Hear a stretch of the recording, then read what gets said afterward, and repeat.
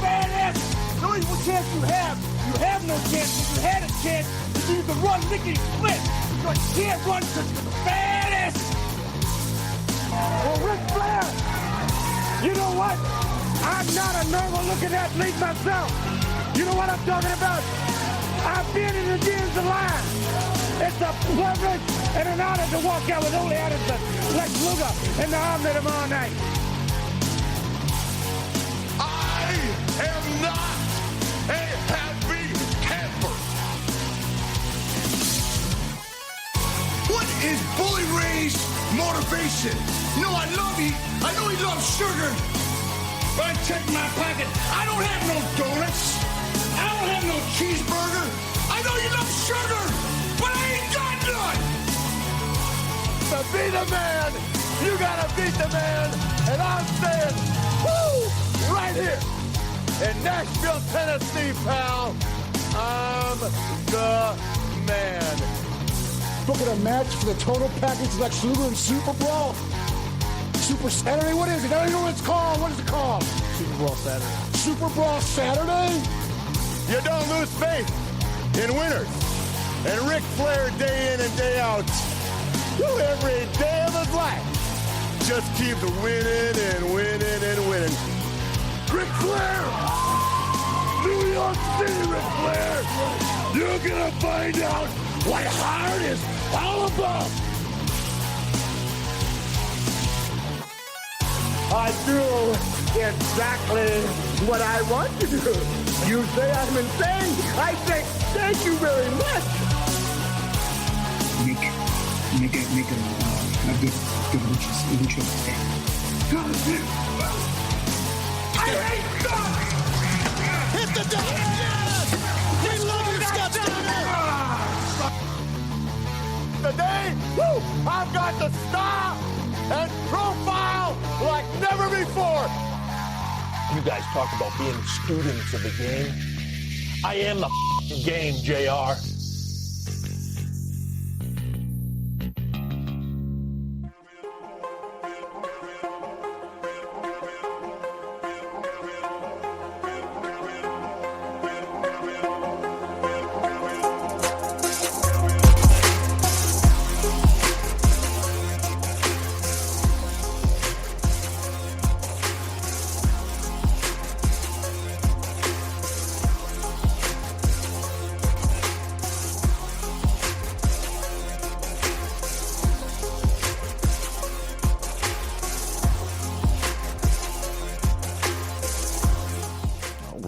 What is going on, everybody? It is Wednesday night. I am Boxman. This is Dirt Sheet Dudes. Across from me, sounding pretty damn good over there. Smark, how you doing?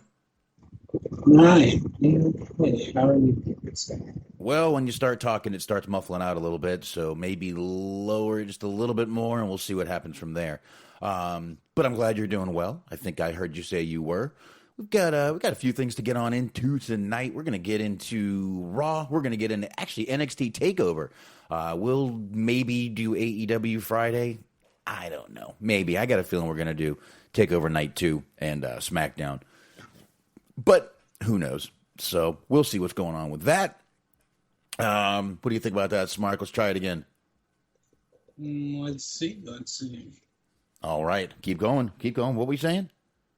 Yeah, no, that sounds like a good idea. Just go ahead and do the second night, do some SmackDown. I'll probably end up watching AEW, so if it's insistent that we cover it, I'll have some things to complain about or praise, depending on how the show went. Yeah, we might have a few things. I'll try to check it out, but I mean, I just don't have the time. I'll do my best. I'll do my best to check it out. I can probably get a nice little condensed version of it and go from there. But no big deal. Like I said, we're going to get into that. We got some news. We got CM Punk's reaction. And I'll tell you what, before we get into anything, Smart, I got a little thing I want to mention real quick to everybody. Come on. A while back, me and Anthony reviewed a movie called Black Mass with Johnny Depp in it. And I believe it was Johnny Depp. I think Johnny Depp was in that. And I talked about my uncle being a lawyer in that movie for the in Julie's side of that case. My uncle in Boston, Martin Leppo, was also on a case back in 1990 that was a $10 million robbery where two guys walked into the museum in Boston and took $10 million in artwork. To this day, it actually was like 2 point something. There's a $10 million reward still on this. My uncle was the lawyer for that case. And there is a new documentary on Netflix called This Is a Robbery, the World's Greatest Art Heist. My uncle is narrating, I don't know, it's a four-night thing. My uncle is narrating tonight, and you see him in there in his office. So he is on Netflix for the next 4 days. Again, this is a robbery, the world's greatest art heist. It's right there. It's in the news section. Check it out if you've got time. I think the first episode was 53 minutes, so you're looking at about almost an hour an episode there. But I'm pretty proud of that. It's pretty cool. I started watching it, and then I saw him like 2 times, and I'm like, oh my God, that's his voice narrating right there. So I started watching it, but NXT came on. But I thought it was pretty cool, and just wanted to throw that out there before we did plugs. So I'm throwing a different kind of plug out there. Oh, right on. Yeah. I think if I heard my uncle's voice narrating something, I would just immediately turn it off. I have no beef with any of my uncles, but that's not something that I would sign up for. Well, I mean, he's my uncle's done some pretty big things. What was that rapper? Benzino? Is there a rapper named Benzino or something close to that? Yeah, Benzino, he is like the owner of The Source. Okay. My uncle represented him in some court case in Boston. Yes. Mm-hmm. So, anyway, I just wanted to throw that out there. If you've got time, check that out. Let's get that thing up there if we can. Anyway. Now, since accuracy matters, I did go ahead and check it out. Johnny Depp is in Black Mass. Yeah, I thought he was. Benedict Cumbersnatch is in there as well. Ah. Yeah, that's it's kind of a Whitey Bulger story. So, good stuff. And, I mean, my family's been ingrained in South Boston for years, so not much I can do about it. I'm so glad I never got the accent. Oh, my God. Oh, sometimes I hear my parents talk, and I'm like, I got lucky. I got pretty lucky here. So, real quick, let's go ahead and knock out these plugs, and we will get into, you know what, let's go ahead and jump into NXT first, since that's kind of on everyone's mind, and we'll go ahead and knock that out real quick. So let's go ahead and get these plugs going real fast, and I'm going to start out, of course, the high marks over there. That is Oh, wait, my whole computer just locked up, didn't it? I can still hear you and see you. Nah, yeah, give me 1 sec. My computer's locking up. I think it's from TMZ, the TMZ website. Give me 1 second. Let me try to get that closed down before I start anything here, but I'm pretty sure that's what it is. I'll tell you what I'm going to do, actually. I'm going to close goddamn Google. You can still hear me, right? Mm-hmm. Okay. All right. So that's a good thing. All right. Then I guess we can go ahead and start. I don't know if music's playing. But let's go ahead and just knock out the plugs. Hi, Marks, Cheeseman, Mojo, G-Wiz. Y'all know where to check them out. Mixler.com/Metal Mitt Network. Don't forget to double those T's. Metal Mitt Network. Check out those guys right there. That right there, and see if that helps. And, of course, you can check out how the High Marks right there. Sundays, 8:30 a.m. Eastern Time. Once again, Metal Mitt Network, 2 T's in Mitt. All right. And, of course, the Bobby Anthem and the Bobby Blades on The Inhuman Experience. You want to definitely be checking out the podcast. Anywhere else you get podcasts, you can find those guys right there. So definitely do that. And the Everything Unscripted Wrestling Podcast, always found on all the usual podcast platforms. And, of course, Blog Talk Radio. Definitely you guys can find them right over there. Just start typing in Everything Unscripted, and it'll pop right up for you. And, of course, Steve Milan sharing the show. Definitely appreciated. Find him over there reviewing movies, letterboxd.com. And you guys can find us on Anchor, Spreaker, Spotify, Google, YouTube, TuneIn, Player FM, anywhere else you get your podcasts from. Let it rip, smart. Yes, sir. Mondays 8:30 on the Metal Net with two T's. It's going to be at the end. Two T's at the end if you're specifically wondering. There's no like silent T's at the beginning. Mondays 8:30 the Metal Net Podcast Network is Cheese on Sports with the Cheese Man. Sundays 10:30 a.m. on the Metal Net Podcast Network. Also right there on the Mixler device. Be sure to check out the Motor City Machine Guns and Last Never Have. Be sure to check out our friends at Planet It's Planet Wreck to a podcast with Papa Dave Sincere, Bobby Anthem, and Yuck Nasty. However, Yuck Nasty said some very negative things about my city and sports team, so I would recommend you turn down the volume, that part specifically. But other than that, they're all great guys. So go ahead and be sure to check them out. 16 episodes are available for you. Be sure to subscribe for season 2. You boys in your sports, my God. Mm-hmm. The sports ball rivalries never end. I know, I'm just not that guy. But I don't know. You see, my dad was never a sports guy. I don't remember my grandfather on either side being sports guys. It just kind of never, I don't know, was never me. I just never had sports guys in the family, so it just never hit down to me, I guess. I don't know. There you go. That's kind of interesting because, like you were saying, having some Boston lineage, they're very passionate about their sports over there. Well, the baseball was a different thing. I remember being a kid going to Wrigley Field, going to Boston games. Baseball, my parents still like, but that's the only sport really, and they don't really like follow it. They'll like, oh, the Red Sox are in the World Series. Let's watch, rah rah rah, and that's really it. It's not like hardcore. Into Wrigley Field? I think that's what it was when I was a kid. I don't remember the name of it when I was Boston? a kid. In Boston. No, you're right. Wrigley Field. Wrigley Field is the Cubs. Oh, God, I can't So remember. that, particularly perked my ears. I was like, wait, Fenway. That's the one I meant. Yeah, no worries. I would love to go to either one of those. I remember many times going over to Fenway and having a good time over there, man. So, but I was young. I mean, I remember I left Boston when I was 6. So, when I moved to North Carolina.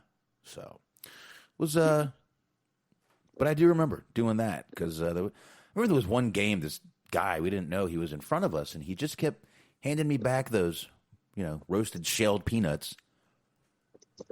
I think I got sick when I got home. But like bags of peanuts, or was he just giving you handfuls of his? Just handfuls. I guess my dad knew him because he didn't tell me to stop. Yeah, I was gonna say that seems particularly kind of sketchy. I don't blame you for taking them as a kid, but if I was a parent, I'd be like, hey, no, don't eat those. I always figured my dad knew. I never asked, but I mean, my dad was still a cop back then, and so I figured he. I just never asked. I don't. I was young. I just never asked. I don't know. Who knows? But anyway. I get it. I was a kid at one point in my life as well. I mean, we all were. We all were kids. All forgot shit. I'm still forgetting shit today. So, but anyway, I guess we can. I got to be honest. I got minimal notes for Takeover, but I do have to remind everybody of one more thing. Smark, you know what today is? What is it? It is National Beer Day, sir.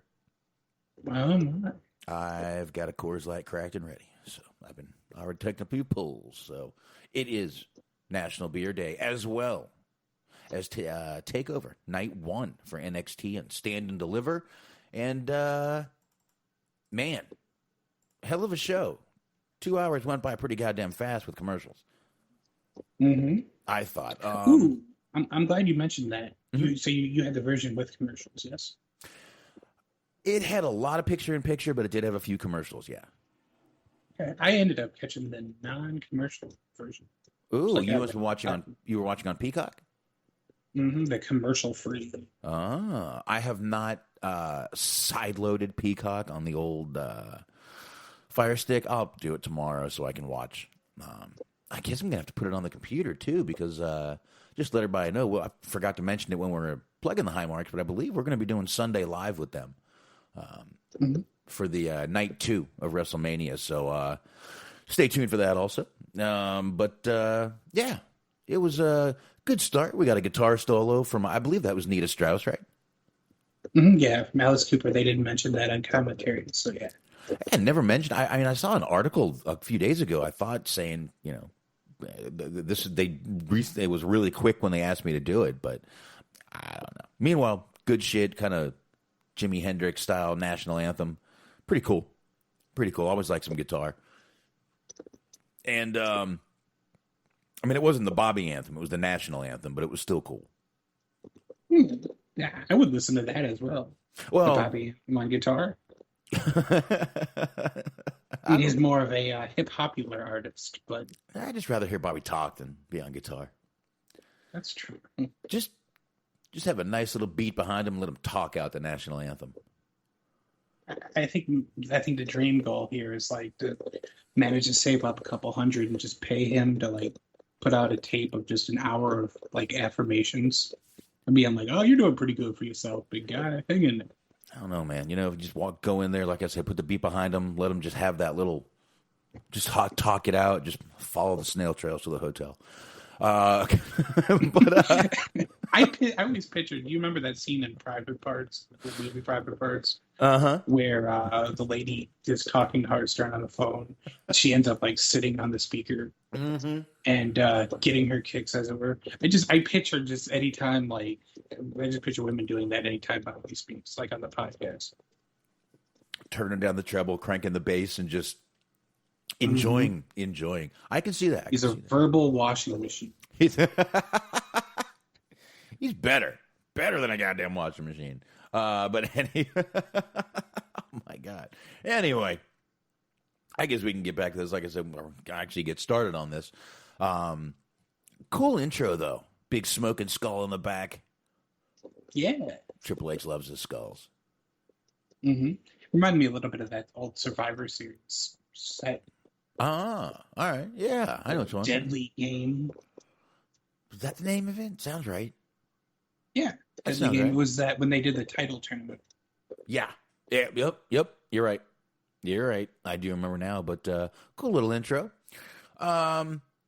We start out with Pete Dunne versus Kushida. And let me just look, I don't need to be a fan of Pete Dunne. I don't like what he does really in the ring. I know he's good. I just don't like the finger manipulation bullshit. But I'll tell you what, this match started off hot, and it stayed that way, man. It fucking stayed that way. Kushida just using his speed, Dunne concentrating on body parts. Not that Kushida didn't concentrate on a lot of body parts, but just I just enjoyed the living hell out of this match, man. It was a great start, I thought, to this fucking night. So, what'd you think, man? For sure. Yeah, definitely. I like the he did the hoverboard lock on the top rope and then just kind of fell backwards. They were saying they did a good job of explaining why it was he did that in commentary, because his goal was to knock the wind out of him, make it harder for him to get his composure to try to fight out of it. And, it looked really good. I like the way that it ended up coming off. It looked wonderful. I think it was a really good match outside of just, like you said, I'm not really down with the whole joint manipulation thing either. And unfortunately, that played a big part to the finish. Yeah. So outside of that, really good, though. Yeah, and that pretty much was the finish, where Dunne wins by finger fingering. Improper fingering, yes. Well, he did that, and then I think he hit like a super kick, or like kicked him in the back of the head. Does he finger? I mean, was he fingering, finger banging, finger manipulating? All of them sound bad. Anyway, not Dunne, PG at all. Let's just say Pete Dunne wins. How's that sound? God damn it! Sounds good. Sounds good to me too. Pete Dunne did win that match. Again, I'm not the biggest fan of his, but I can respect what he does out there in the ring. Just don't really care for the whatever you call that thing that he does. No big deal. Doesn't take me out of the match at all. I'm gonna pull the chat room up here. I just realized I don't even have it pulled up yet. But kind of a late start tonight. But next thing we have was the number one contender Gauntlet Eliminator match. Yeah, we had Ruff and Swerve starting off off this match, and another fucking fire start to a match. These guys just were killing it out there. I'm looking forward to this being a continued feud, which it looks like it's going to. I'm really looking forward to what these guys can do, not only in the ring, but neither one of them are bad on the mic. So a lot to look forward to They in here. sort of planted those seeds because you had Ruff kind of just rolling out there, crawling. He was feeble, hobbled. Swerve, I guess, ended up taking advantage of him in the back. That sounded way worse than I intended it to. Those line of words together was, it's unintentional innuendo there. But that being aside, it was a good start there with that. Yeah, I definitely thought that was a great start to the night. I mean, not to the match. I'm sorry. And I mean, just these guys were just getting some great spots off on each other. And like I said, I can't wait to see the feud continue between these guys. Then we get Bronson Reed coming out, Smark. Mm-hmm. And Reed comes out, and Reed isn't even in the ring yet. Ruff dives off the fucking rope. Reed just catches him and throws him, just whips him into the fucking ring. Mm-hmm. That was nice. Yeah. And I'm not going to sit here and I'm going to kind of highlight. I got the same thing for Raw, kind of highlighted. Reed with an awesome belly to back to both of those guys before Cameron Grimes came out. That was pretty nice. I just like this. I was a little surprised. I mean, we'll go ahead and say I was a little surprised that Reed won, but that's going to be a cool dynamic to see. Again, we're going to have the big guy versus the high flyer out there. So, Johnny's not a complete high flyer, but you know what I mean. Sure, yeah. I mean, I'd imagine that's probably how there's going to work it, though, is he's going to use his speed versus Reed's power, so it'll definitely play into it. Yeah, absolutely. And like I said, Cameron Grimes is coming on down, Smark. Your man, your boy. Yeah. Yeah. Grimes, I love the idea of him just, like, immediately coming in and just paying Swerve to work with him.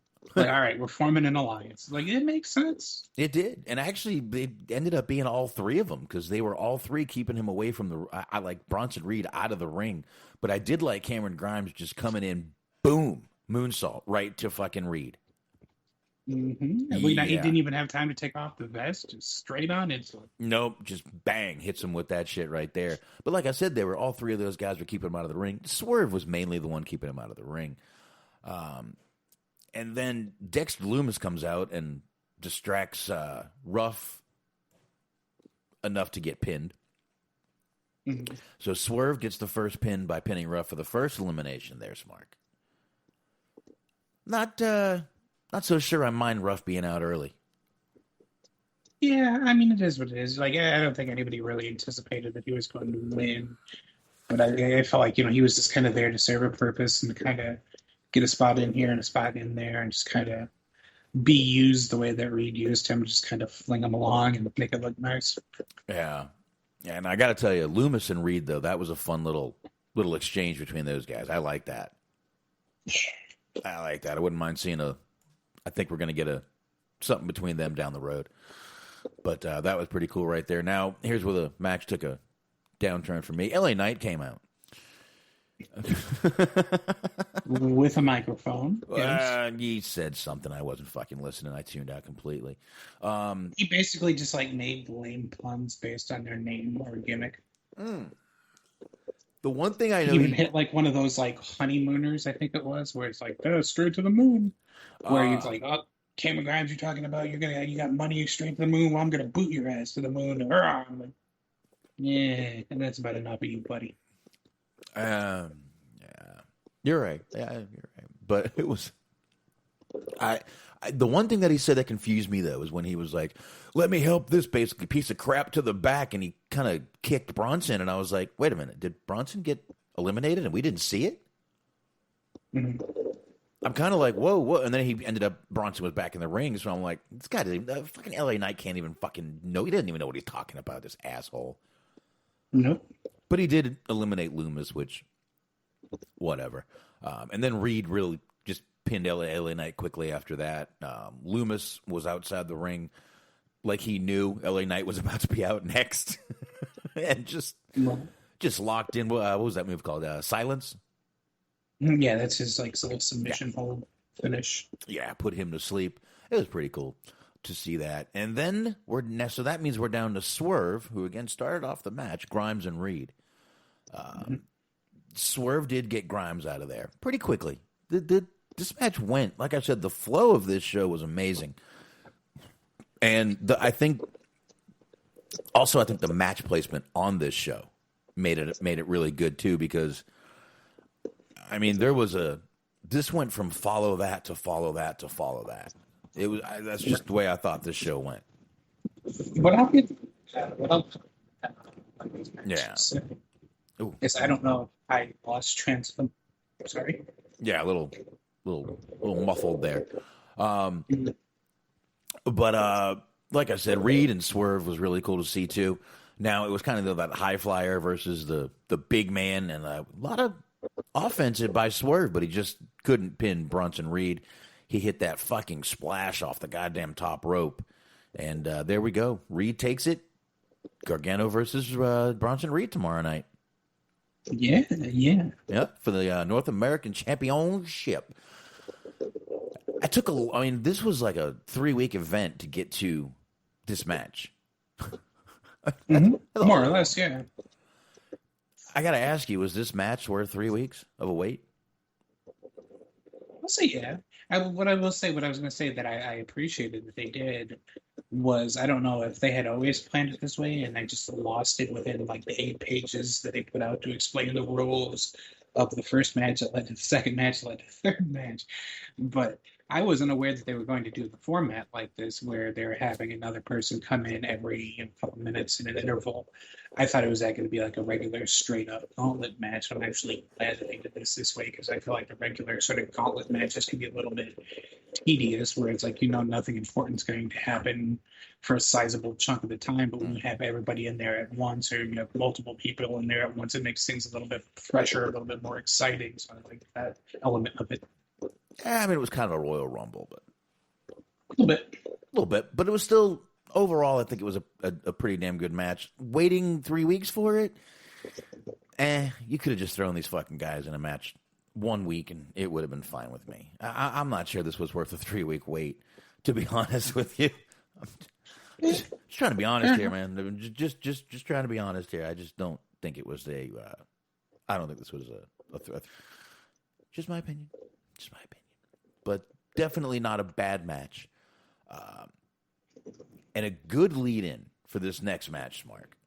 Again, I took very minimal notes tonight because most of these matches were just so good. I just wanted to watch them. I just wanted to watch a lot of these matches. But we had the NXT UK Championship match, which was you're getting a little fuzzy. There you go. You stopped. Which was Tommaso Ciampa versus Walter. Now, this match, Mark, started off intense just with the fucking announcements of both of these guys being in each other's face. Yes. I mean, literally, it was. I loved the intensity before the match even started. Referee just like, guys, let her fucking do her job. Jesus Christ. Quit being fucking pricks here, you fucking selfish, goddamn it, bastards. But, yeah, love the intensity right there. But like I said, not a lot here. Just two hard-hitting motherfuckers laying shit in from start to finish. Again, I said I thought Ciampa was going to have a bloody chest leaving this match, but I thought Walter was going to have the bloody chest. His chest was red as shit, man. Mm-hmm. But once again, Smark, this was a true follow that motherfuckers match with Walter retaining. But this match was just everything I expected it to be and more. So, what you got? Once again, I was like, kudos to the commentary team. They're actually doing what they're supposed to do for once, I suppose. Because you had them pointing out that Walter had the belt for over 2 years now. And the last time there was a champion in WWE for over 2 years, it was like all the way back in the 80s. They didn't elaborate as to who, but that's sort of not important. But anyways, and I also appreciated the fact that they even mentioned that Ciampa was going back to wearing tights. And it was like his way of sort of rewinding time and trying to be as close to the old Ciampa as possible, which was kind of what he was playing on in the promos before, that he hasn't changed, that he's still as dominant as he's ever been, so on and so forth. So that was good. I didn't have a problem with the match at all. I really liked it. I just thought that they could have given them a little bit more time. Like, they gave them a good amount of time, but it was just Just a little bit more, I thought would have made it even better. Yeah. I see what I mean. I thought it was and I don't know, man. Like I said, the placement I thought was great for these matches, especially the next match that we're about to talk about. I thought it was a perfect match to have after this one because, again, this was a go ahead, follow that match. But I mean, come on.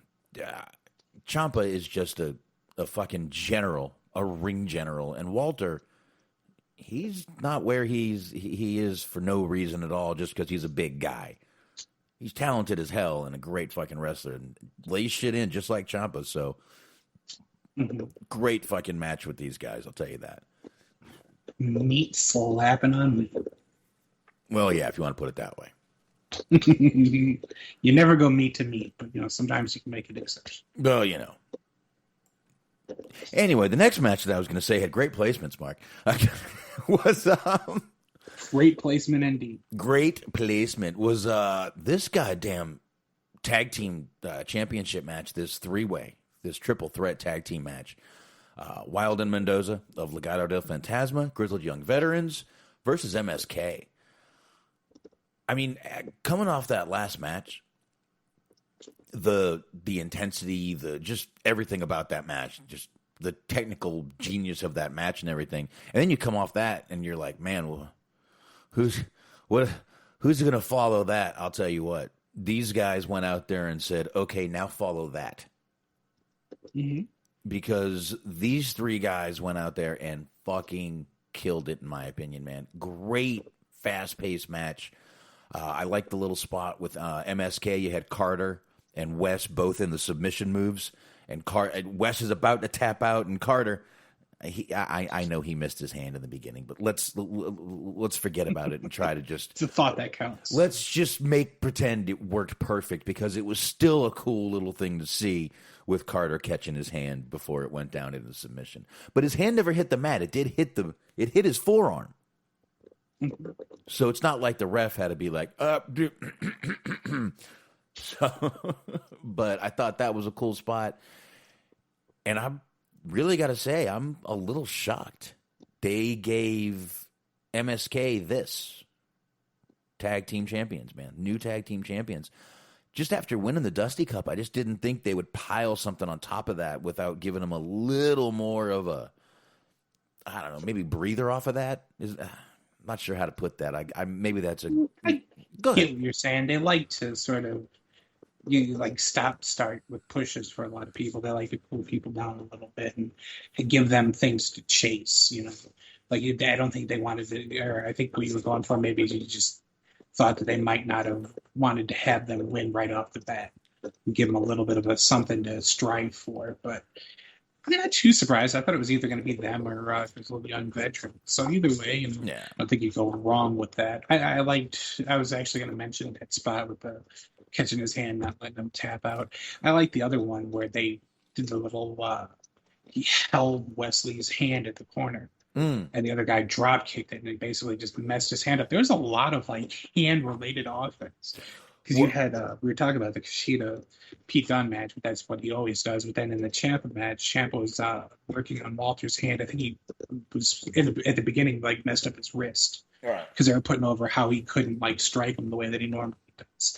So there was a lot of hand-based offense tonight. So if that's your thing, then you're going to be in hog heaven. Yeah, but you see, I didn't mind it in this match because Wesley was out for a few weeks because of a hand injury.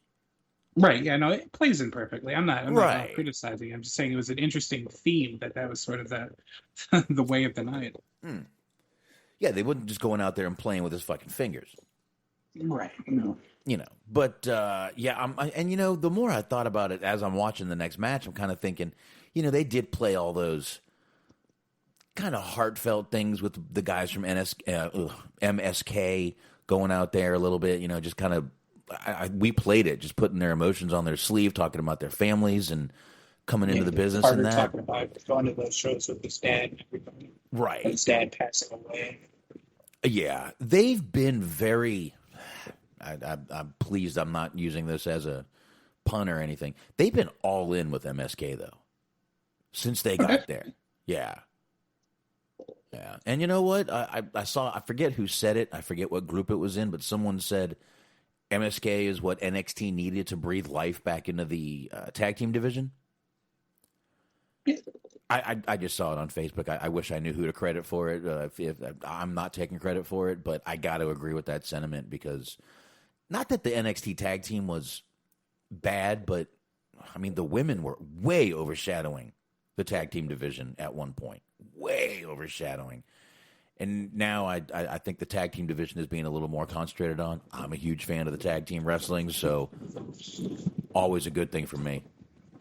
It wasn't so much bad. Just Morgan and Birch kind of fell by the wayside because they were sort of supplemental characters for Pat McAfee and everything that he was doing. Yeah, you were a little underwater there, but you're good now. Mm-hmm. No, I was just saying that it wasn't that the tag team championships are bad or anything, or the tag division wasn't bad, but you had Lorcan and Birch holding the titles, and they were sort of the supplementary characters for what Pat McAfee was doing. They were his henchmen and his cronies, so it was like the whole kind of division was put on the back burner a little bit for that time. Yeah, and now, like I said, I feel like they're all in on the MSK thing, which I'm loving. I didn't see much of these guys at the Rascals. I never claimed to. Still not watching Impact. I haven't watched it in a long time, but these guys, man, are really good. They got great in-ring presence. Like I said, I'm not crazy about the one guy. I'm not crazy about Carter's look, but together, those guys are a great force and a great team to watch, man. Just always exciting to me. So, but like I said, I'm glad they got the titles. I think it's a good thing, and let's see what they do with them from here. I see them going to the main roster a lot faster than a lot of tag teams do. And I got to tell you, I'm not as worried about those guys. No, I don't know. Me neither, because I feel like they just need that dynamic. They need what they have. Just leave them alone. Sort of younger guys, high flyers, something that everybody can kind of get behind. The younger people, some of the older people, like it just, and they're not bad looking guys either. So there's a little something for the women. It's just everything. They reach a wide spectrum of audience. Absolutely. So I don't know, man. Happy for those guys. We'll see what happens from here with them. But like I said, I do see them moving up, and for the same reasons you just said, I'm not as worried about it as probably I usually would be with a lot of tag teams. God damn it, Otis. Tucker. Poor Tucker. Tucker! Hey, now it's not over for him yet. He's going to be on SmackDown Friday. Tucker!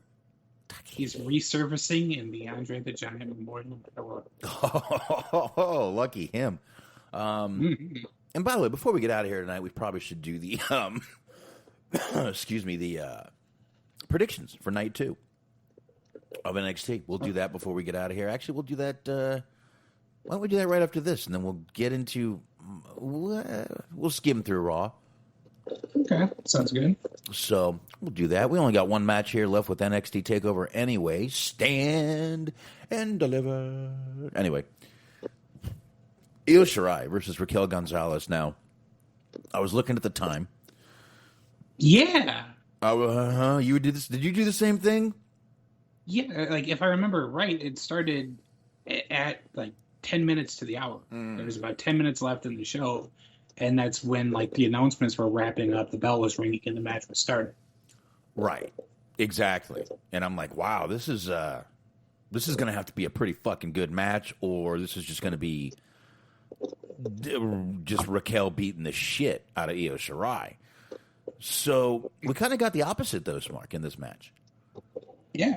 Io was just really unexpectedly dominating for most of this match. Kind of, they were kind of saying on commentary, from what I heard, I didn't have the headphones on, that she was using her speed a lot. And that's kind of what was happening in this match, is she was just too fast for Raquel to catch.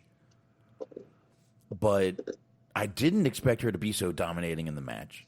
Or a fucking dive off that goddamn smoking skull at the top of the ramp. That sounded violent. Like, it just sounded like it hurt both people, like, pretty bad. I don't know if she... her knee hit that fucking grate pretty hard. Mm-hmm. Pretty I mean, you fucking just hear a pretty loud smack. It's like not entirely sure what it was that caused that, or like what the like you said, the knee. I couldn't really see what body part was in the most peril, but yeah, this is one of those where you're definitely going to be hurt in the next step. Yeah, and she should be, man. These two really did great in this match, and I was very, very happy for Raquel to be the new women's NXT champion. All that Io did just didn't work. Raquel pulled it out. Another one, man, kind of not new, but I mean, it's only been about a year, right? Yeah, more or less, about a year. More or less, because you got to remember, just like a month or two ago, we were just talking about it. It had been just a year since the Dakota Kai turn, right? So it's coming up on a year, and again, they've been all in with this girl too, man. And I mean, they really didn't start using her like on a regular basis outside of just being sort of muscle up until like the end of last year. Really, was when that feud with Ripley started. So yeah, and it seems like they kind of had her in this match, and we're like, all right, I'll tell you what, we'll let you pay your dues in the match, and then you're going to win. Oh, that's a good deal. Oh yeah, for sure. But really thought Takeover Night 1 was a great fucking start. I cannot wait until tomorrow, to be honest with you, to watch Night 2. Just a really good show overall. Now, I know what everyone's going to say. I'd expect this to definitely beat AEW in the ratings. Let's not forget, Smark, you obviously know because that's how you watched it. Peacock was also streaming this. Mm-hmm. So if they tank in the ratings, let's not laugh, let's not bitch, let's not complain. Let's just say, oh yeah, it was on Peacock, which a lot of people probably got and want to go ahead and get their money's worth. Sure. And they were also touting, commercial-free experience, right, which is interesting because it seems like it kind of undercuts USA, where it's like, no commercials here, boys. And to sort of explain what it was that happened, the only thing that I noticed that was kind of different than normal was just that they would drop the audio when they went to commercial, because they would say on commentary, go to commercial if you're watching on Peacock, no commercial. So they would drop the audio for a minute, and that was weird because it sounded like how they do when somebody swears and you're not supposed to. So you just get that couple of seconds of just dead air, and then they rejoin the commentary. Mm-hmm. They do the commentary while they're on commercial now. So if you're watching on Peacock, you still get commentary, but you just get a little bit of an audio drop for a second or two, when they go on break. So that's interesting. Yeah, I thought that they were going to win because just how loaded the card was. But like you said, there's two factors. Is the fact they're sharing viewership with Peacock. And at the very end, because it was they announced this Monday or Tuesday, AEW was we got Mike Tyson. And I could just imagine Triple H being God damn it. We had this show fucking planned. We actually booked weeks in advance for one. So we were going to win this week. And you fuckheads. Yeah. Yeah. But, you're right. And you know what? They may still. Anything's possible, man. People may have just been fuck it, I've got fucking network TV. I might as well sit out here and watch it. So it's WrestleMania weekends or WrestleMania week. I wouldn't be surprised if everybody was sort of riding that wave of momentum. Yeah, I mean, you never know. We'll talk about it a little bit Friday, but let's go ahead and knock out these predictions for Night 2 real quick. Let's do it. Let's do that, sir. You ready? Yes, sir. All right. We've got the tag team match we're going to start off with for the Women's Tag Team Championship for NXT.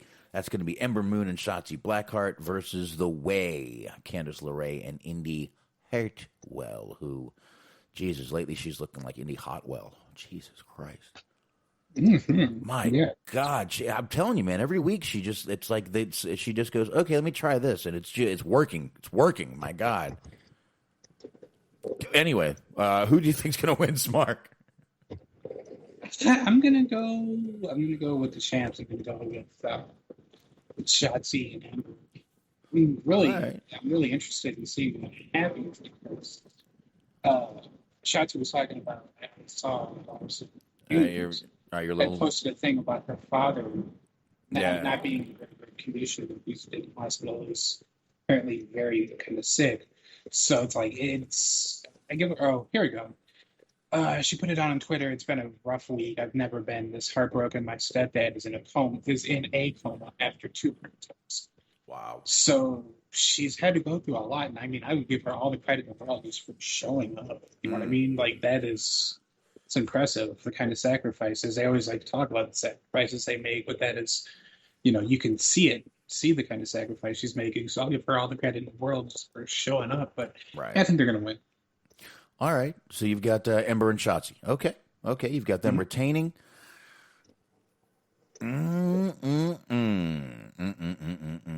I actually think that they're going to keep the belts on the way.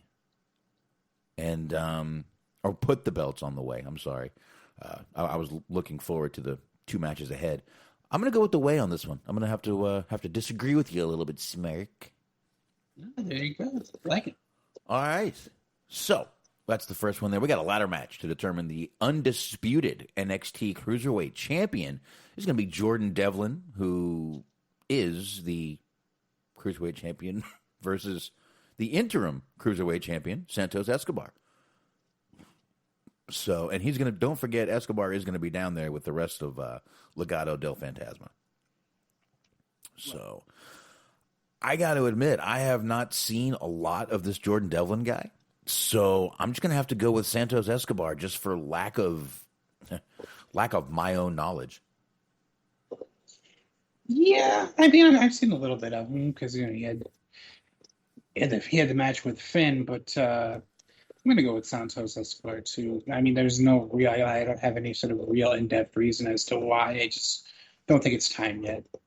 All right, there we go, right there. So the next match, we've got the singles match. This is for the NXT North American Championship, and I'm just thinking they're just going to keep it on Gargano. I don't know if Theory gets involved or what, but I got a feeling Gargano is going to sneak or eke, whatever you want to say, out a win against Bronson Reed one way or the other.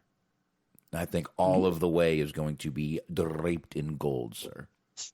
Except Austin Theory, and I think that's going to be a bone of contention for him. Perhaps. I'll go ahead and agree with you on this one. I'll go with Gargano too. All right. So you're kind of going to, against my storyline, but you're going with my pick. I got you. Yes. All right. Now we get this. When I know these two are going to be separate because it's the way they announced it tonight. I'm going to go ahead and go with. They had number 1 as Finn Balor, but let's go ahead and do that now. Finn Balor versus Karrion Kross. This is for the NXT Championship. Do they go ahead and just give it to Kross now?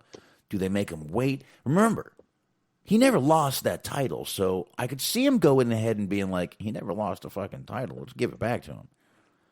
So I'm going to go ahead and go with Karrion just for that reason.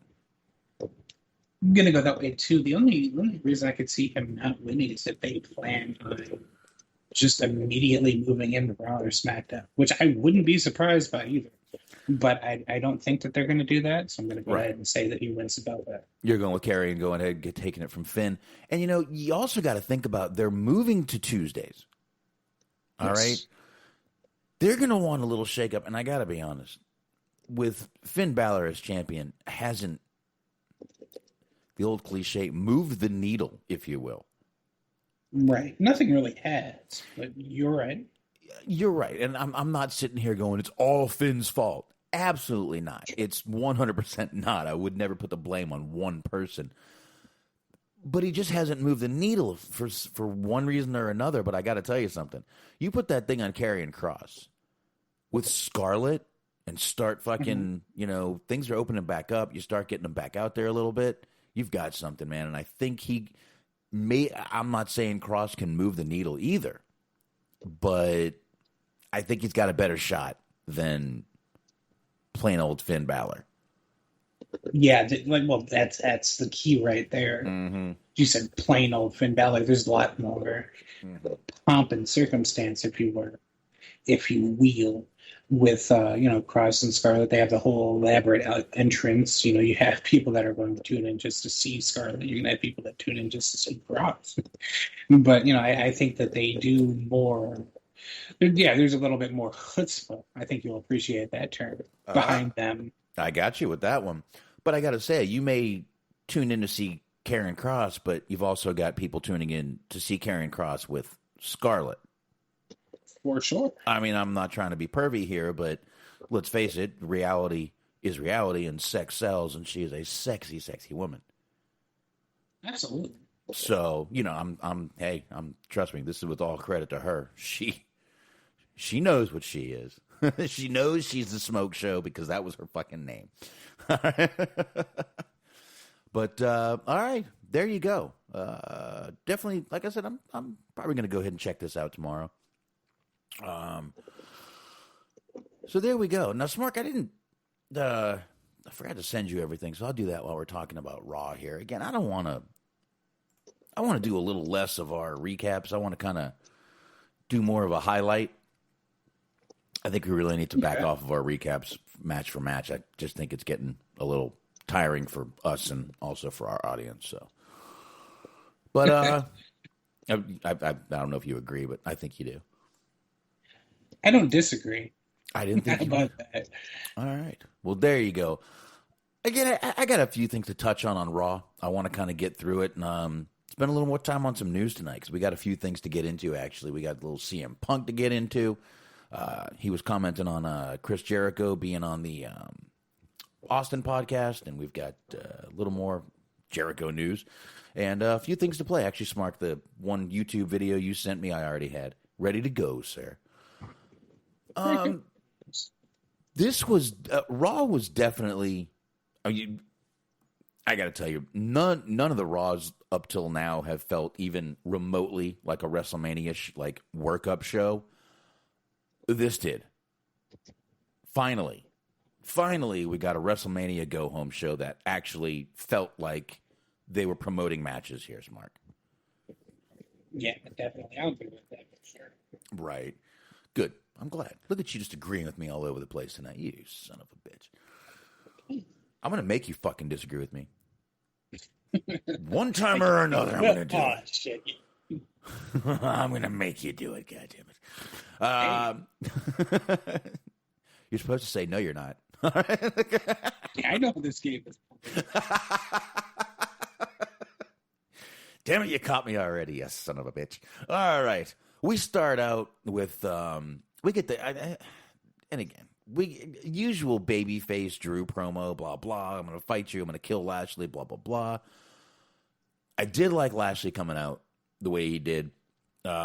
Once again, I do want, this is why I wanted to point this out. Lashley, promo, awesome. Mm-hmm. Lashley. MVP didn't come out talking. Lashley did. And I'm sitting there like, you don't even have to give MVP the mic anymore. I think Lashley could actually stand on his own at this point. I don't know what MVP's been teaching him, but Lashley could stand on his own without MVP. And I'm kind of thinking it might be going that way soon. And plus, I mean, it helps with the fact that, like, again, like you said, it was kind of, I hate to do it, but a typical Drew promo. Is like I've talked about before, I hate that the only thing that his character is, like, the only dimension that they give him is the shucks guy. Where it's like, I'm just so happy to be here. Like, once again, he talked about how he just had to keep fighting and all the sacrifices he made and just all this, and he just kept going, just kept struggling, kept striving, and I'm here, I finally did it. It's like, okay, yeah, this is the same promo over and over again. Like, he's not bad at it. They're good promos for the amount of intensity that he delivers within them, but it's the same subject matter, it's the same content over and over again. And then you have one guy that's just so happy to be here. Yeah. And you have the other guy coming out and saying, yeah, I worked hard to get here too, but now I'm here and I'm choking motherfuckers out and I'm kicking ass and I'm taking names. And it's just like, that is the guy that you want to get on. Yeah, exactly. And, I would say Drew is like, because Moxley was getting into this territory with Me Too of just same promo. The difference is Drew doesn't write his promos. Okay? Drew, which is why I'm not blaming Drew one bit here. I'm not. I swear I'm not. There's no reason to. I'm not blaming Drew. You're right. He does come out. He has the intensity with what he says. It's a little cheesy, even I mean, B-movie level hokey sometimes. But he does come out there and say it well. And I mean, we've had this problem with Sami Zayn. We talked about back in the day when he was first coming out saying stupid shit, but, definitely, making chicken salad out of the shit he was getting. So, something we've talked about. But Drew it seems like whoever's writing his promos is just like, okay, copy, paste. Copy, paste. Oh, wait. Let's just switch that line to this wording of this line. Okay. It's like he's literally trying to it's like he's copying out of the, back in the day I used to use the encyclopedia, but he's changing enough words to where it won't be totally copied. Mm-hmm. Yeah. The old where you got to do the 1,000-word book report or whatever. And you just keep doing a whole bunch of. So I decided to pick the book because I liked the book. Exactly. So, but anyway, I know I didn't mean to mention encyclopedias and age myself, but I'm old. We all know this. Now let's go ahead and tie a few things in here, Smark. Mm-hmm. That'll help too, because there's there's 1, 2, there's 3. Actually, there's more than 3. There's 4. This show was heavily promoting the Bad Bunny, Miz and Morrison thing. Now it's the Damian Priest and Bad Bunny versus Miz and Morrison, which I think we said they were going to go there anyway. A little bit of moving there, Smart. But like I said, we're going to tie all these segments in real quick and just talk about them all real fast. First thing we do is we get Bad Bunny and Damian Priest. Bad Bunny pulls up in his Bugatti. Beautiful car. Actually, I think Miz has one too. He took a picture of Maurice. Did you see that picture? I did see that picture, yes. And I believe that's a Bugatti behind him. Yeah, he's got the blue. Or behind her. It's really hard to see anything besides her. This is very true. Good God, did that man luck out? She's fine wine, dude. She is fine wine. Just as she gets older, she just looks better. She looks better after 2 kids. How the fuck does that happen? But Miz, good on you, sir. Good on you. So anyway, we get the Bugatti. Absolutely. We get the Bugatti. And they pull up. A few segments later, again, I'm just going to knock all these out. That'll really tighten up Raw. Ooh, okay. While you're doing that, I want to send you something real quick. It's from Twitter. It takes all of about 3. It's I think it's an 8-second clip. It's in relation to this. Let me load up Messenger here. You can go ahead and do that. Hopefully it'll play. Otherwise, just send it to me while I'm talking. We'll since it's all about this, we got 4 segments, and I'll download it as we're going. We get now a couple segments later. We see Miz and Morrison. They're walking backstage. We see them with paint cans in their hand, and they're black paint cans, so you're not sure what's in it. And suddenly, they walk over, and we see that they see the Bugatti, Bad Bunny's car, and literally they paint the fucking car. They just literally drown the car in paint. They're painting, hey, hip hop and all kinds of shit on it. Just wrecking the car with red paint. Now, Mark, I don't know if you caught this, but did you see how watered down this paint was? Yeah, a little bit. Not only did it look it when they were doing it, but when they came back from commercial and Bad Bunny saw the car, you could see it already fading. This stuff is going to, this is car wash level, maybe a little bit of maybe a little bit of polish coming off. He'll be fine. I wouldn't worry about it. It was still pretty cool to see, but, he's a Bad Bunny is just not happy, which I don't blame him. Especially only a day after Easter. I mean, he's a bunny, right? Yeah, that's his big day. Exactly. I mean, at one day after his big day, and this is what's happening to the poor guy. And then Miz and Morrison jump him. Adam Pearce and other officials go ahead and break that little thing up.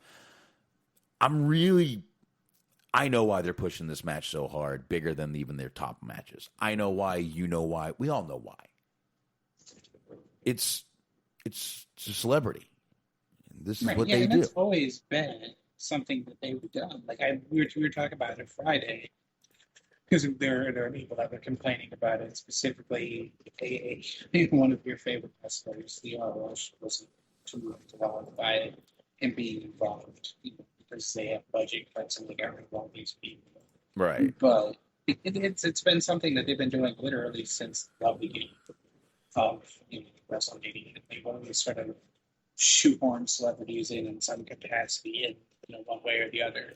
I think this one is way more fitting and appropriate than just the way that they're trying to do Logan Paul. Mm-hmm. Where it's like, I have nothing against Logan Paul, but it just seems like they very just much just sort of try to cram them in just for a little bit of extra name value, like maybe 2 or 3 more people will sign up for Peacock now.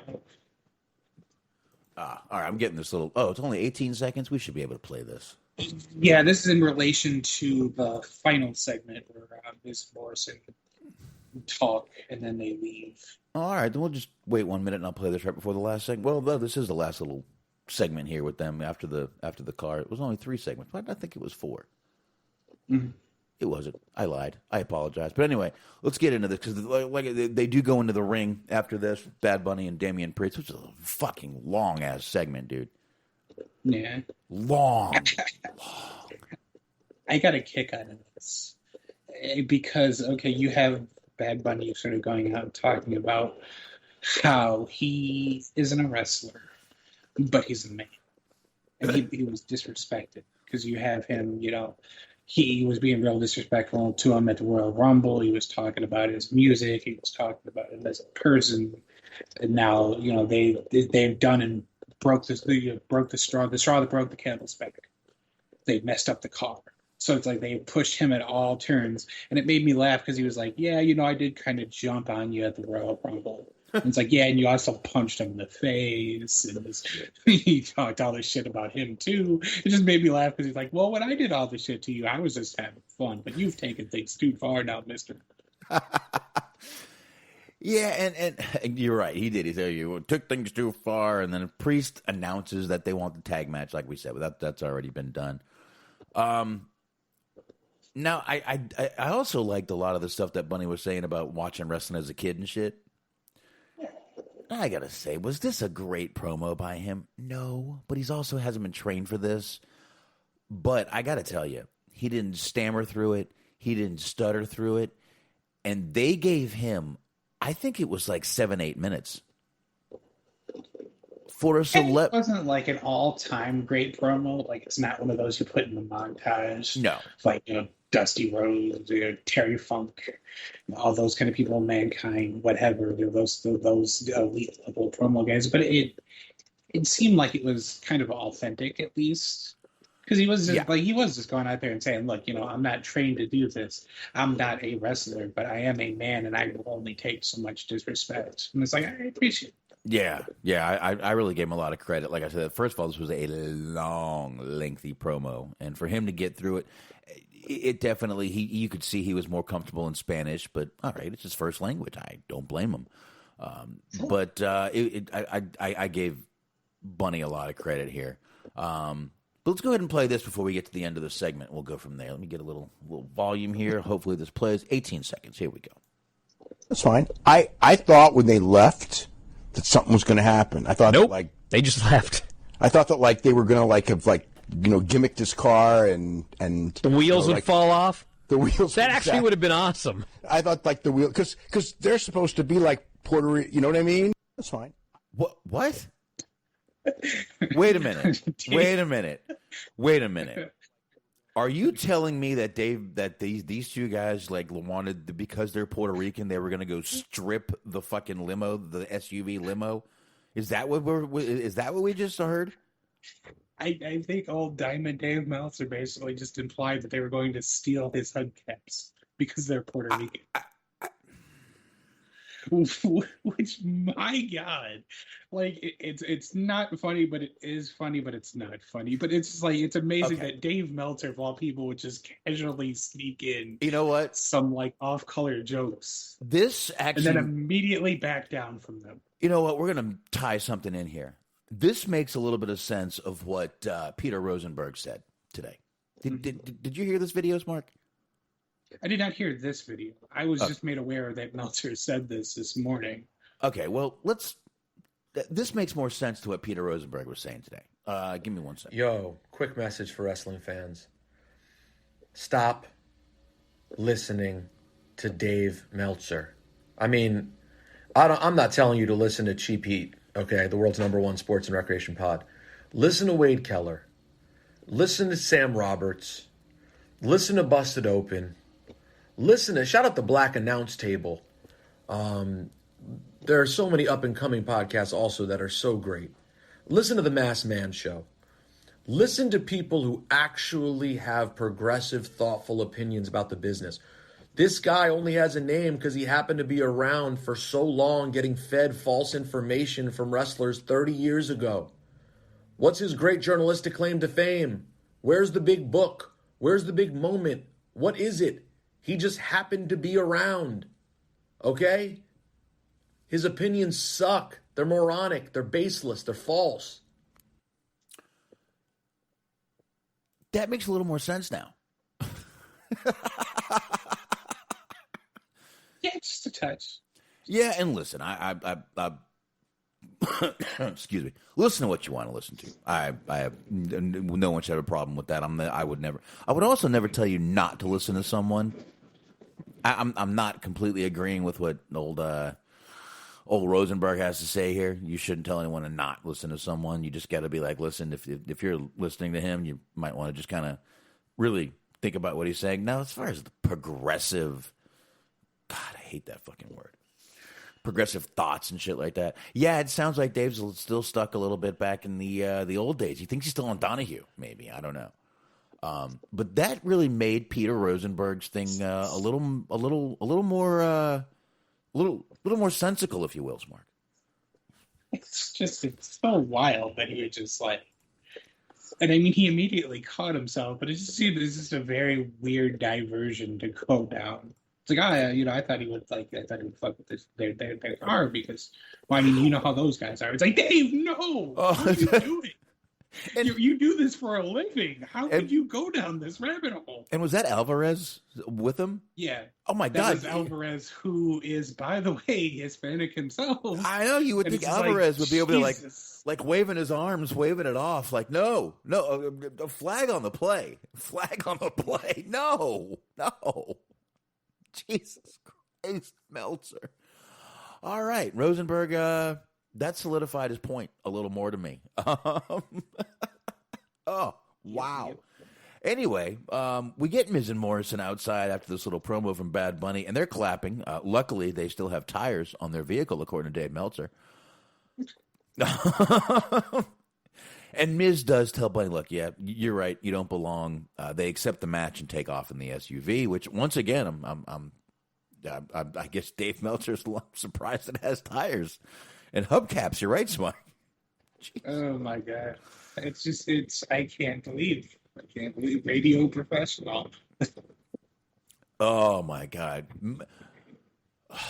Meltzer, this is not a fucking episode of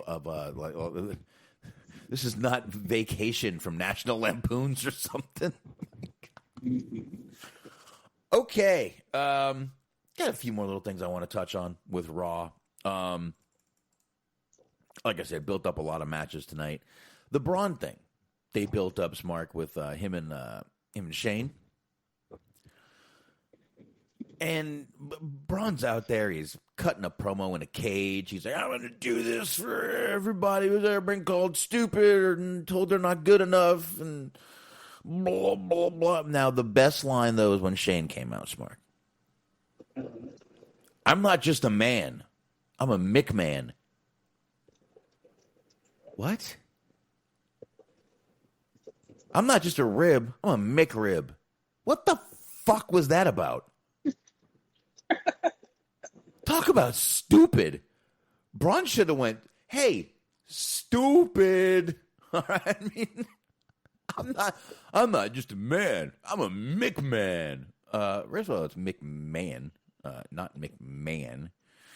Oh God, I cringed. I've never cringed so much at a line that I just went, ew. And when he came out, I thought he was going to do his little jig because you know how Irish. You know what I mean. Well, I mean, if only he had a shoehorn in his hand for that line. My God, he should have been waving a shoehorn, just scratching his head with it or something. That would have made sense. But my God, that was pretty bad. And well, Smark, what did you think of that line? It's so wild because you have like they were doing so far they have not announced that there's going to be any sort of gimmick for Bray Wyatt versus Orton. And this is a feud based on one man attempting to murder another man. However, you have a feud that is based on one man calling another man stupid, and they dedicated a steel cage to this. It's fucking wild. I don't know, this just isn't the way to go to get Braun over. Because he comes out and again, he's like, people have been calling me stupid my whole life. Like, that's nothing to be proud of, sir. And then he's like, like you were saying, he comes out and he's like, I'm going to do this for everybody. Everybody who's been called stupid, unfuckable, or bad at their jobs, or just a little bit of a lazy eye. I stand up for all the misfit toys. And then Shane comes out and he's like, yeah, but you're still an idiot. And then he leaves. I completely missed that one part. There may have been a little bit of subtext. There's some implied stuff going on there. Like I said, I didn't have my headphones on. Well, so you were watching the Hulu version. They cut it down for time. For everyone who said they can't get laid. For everyone who has been called a micro penis. For everyone that was 6 foot whatever I am and 300 pounds and has been a power lifter since I was in my teens. Yeah, we were called stupid. Shut up. My God. Yeah, he might have been, but I doubt it. I don't think anybody would have the balls to call him stupid. And again, we got a match between a handicap match with Braun versus Elias and Riker. That match went how it went, whatever. Braun wins. Braun wins in the end. Win in the... What is that from? Teen Wolf. Teen Wolf. That's the song from the end of Teen Wolf. Win in the end. There you go. Yep. You know what's literally the end of the movie when they're playing basketball? Mm-hmm. Yeah. I just thought of that. Anyway, you know how my mind works. We had a little stare down between Shane, who was at the top of the ramp. I mean, he wasn't like in his face or anything, but whatever. The other part of the show that I enjoyed with, again, building a little match was MVP backstage. He got caught. Cedric and Shelton saw him kind of alone. No Bobby Lashley around. Cedric throws him up MVP against a crate and tell him Lashley ain't shit without us. And then said, keep your crippled ass out of the way. Again, man, this is a rough night for wrestling. Meltzer just kicked this shit right off. But such an ableist thing to say to tell the crippled guy to stay out of the way. Look at you. Yes. Rhyming in mine. I do like, and I don't think it was from this one, I think it was from the interview segment earlier where they were talking to Cedric and he was like, I might not win this match, but I will hurt him. Well, he didn't either in the match. Cedric did get a good little offense set in there, but Lashley did beat the shit out of him. Lashley almost dropped Cedric at one point, though. Mm-hmm. You saw that. I think Cedric was jumping off the top rope, and Lashley went to catch him. Yeah. And no, it was when he did the... No, that was it.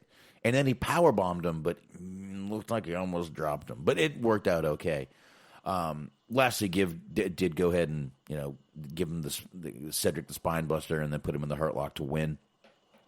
Shelton jumped in, but they're not going to be down there at Mania, so it doesn't matter. I guess the storyline just will continue after Mania, so no big deal there. Now, the ending of Raw we'll go ahead and mention, and then that's all I got for it, Smark. Okay. It was Drew versus Corbin. That's 15 minutes of my life. I'll never, ever get back. Ever get back.